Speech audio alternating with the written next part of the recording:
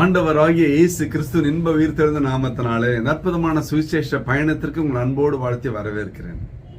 அற்புதமான நாளிலே உங்களுக்கே தெரியாத கதவை திறக்கிற பலனை கர்த்தர் உங்களுக்குள்ளே வைத்திருக்கிறார். அடைக்கப்பட்ட மூடப்பட்ட கதவு உங்களுக்கு முன்பாக இருக்கிறது என்றால் திறக்கப்பட கர்த்தர் உங்களுக்குள்ள இருக்கிற விசுவாசத்தையே நம்பிக்கையை கொண்டு திறக்க விரும்புகிறார்.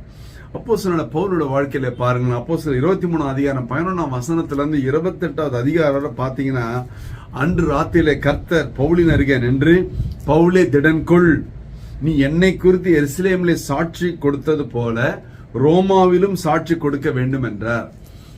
எவ்வளவு போராட்டம், அடி உதை, கஷ்டம் நஷ்டம், பிரச்சனைக்கு நடுவுல இந்த வார்த்தை, வழி முழுவதும் போராட்டம், கதவு அடைக்கப்பட்டிருக்கிறது.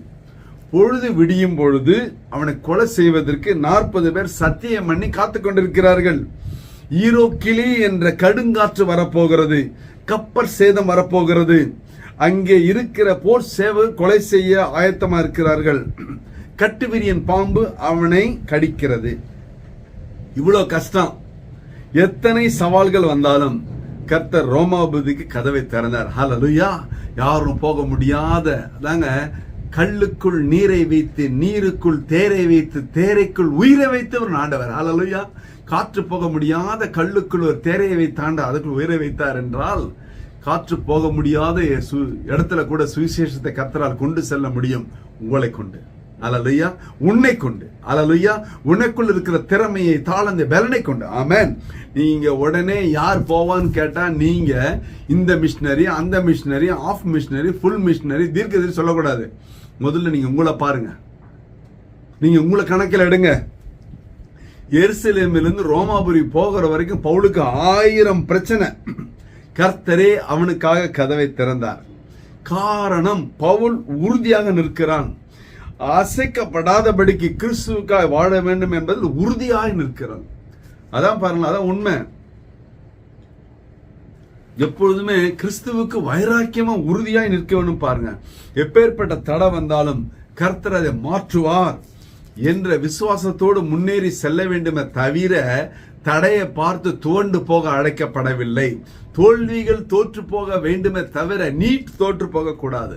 கதவை திறந்தால் தான் நமக்கு வாழ்க்கை வாழ்வு. உறுதியா நிற்போம்.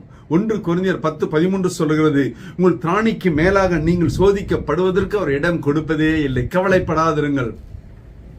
உங்க திராணிக்கு மிஞ்சி, உங்க பலனுக்கு மிஞ்சி உங்களுக்கு சோதனை வருவதில்லை என்று திருவசனம் சொல்லுகிறது. எல்லா நெருக்கத்திலும் தப்பி செல்லும்படியான போக்கையும் வழியும் கர்த்தர் உண்டாக்குவார். வியாதி நெருக்கத்திலிருந்து, பணம் பொருளாதார நெருக்கத்திலிருந்து, வீண் அலைச்சல நெருக்கத்திலிருந்து, சோதனை வேதனை நெருக்கத்திலிருந்து தப்பி செல்லும்படியான கதவை கர்த்தர் இன்றே திறப்பாராக. ஹல்லேலூயா. தானியேல் 3:26 பாருங்களேன். சாத்ராக், மேஷாக், ஆபேத்நேகோ என்பவர்களை அக்னியிலே போட்ட ராஜாவே, வெளியே வாருங்கள் என்று கதவை திறந்து கூப்பிட்டான். ஆமென். தப்பி செல்ல போக்கு. கதவை எவன் பூட்டி கதவை அடைத்தானோ அந்த ராஜாவே நின்று கதவை திறந்து வெளியே வரும்படியாய் சொன்ன காரணம், அவர்களுக்குள்ள இருந்த பக்தி வைராக்கியம், அவர்களுக்குள்ள இருந்த கர்த்தர் மீது வச்ச அசைக்க முடியாத, மாற்ற முடியாத நம்பிக்கை, உறுதியான இறுதியான நம்பிக்கை நிறைந்த விசுவாசம். அக்னி சூளை, சிங்க கெபியில் மனிதன் தள்ளினாலும் தேவன் அவர்களை கொண்டே கதவை திறப்பார். சிங்க கெபியில தூக்கி போட்டாங்களே, எந்த ராஜா தூக்கி போட்டானோ அதே ராஜாவை கொண்டு கர்த்தர் கதவை திறப்பார். அதுதாங்க உண்மை. நீங்க தைரியமா இருங்க. எனக்கு வளர முடியாதபடி வாழ முடியாது, சூனியம் வச்சுட்டான், மந்திரம் வச்சுட்டான், மாந்திரிகம் வச்சுட்டான், தந்திரம் பண்ணிட்டான்னு சொல்லாத. இவங்க கதவை மூடிட்டாங்க, அடைச்சிட்டாங்கன்னு சொல்லாத. எப்பேற்பட்ட அடைக்கப்பட்ட மூடப்பட்ட கதவா இருந்தாலும் கர்த்தர் உன்னை கொண்டே திறப்பார். ஆமென். உனக்குள் இருக்கிற திறமை, தாளந்தை கொண்டு கர்த்தருடைய கிருபையினாலே அது திறக்க முடியும். ஹல்லேலூயா. நீ சோர்ந்து போகாதே, துவண்டு போகாதே, உடைந்து போகாதே, கண்ணீரிலே மாட்டி சிக்குண்டு சீரழிந்து போகாதே.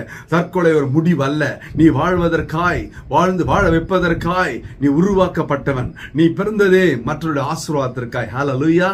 ஒரு விசை கூட கண்களை மூடுவோம். ஹல்லேலூயா, ஹல்லேலூயா, ஹல்லேலூயா. அப்பா சோத்திரம் ஆண்டவரே.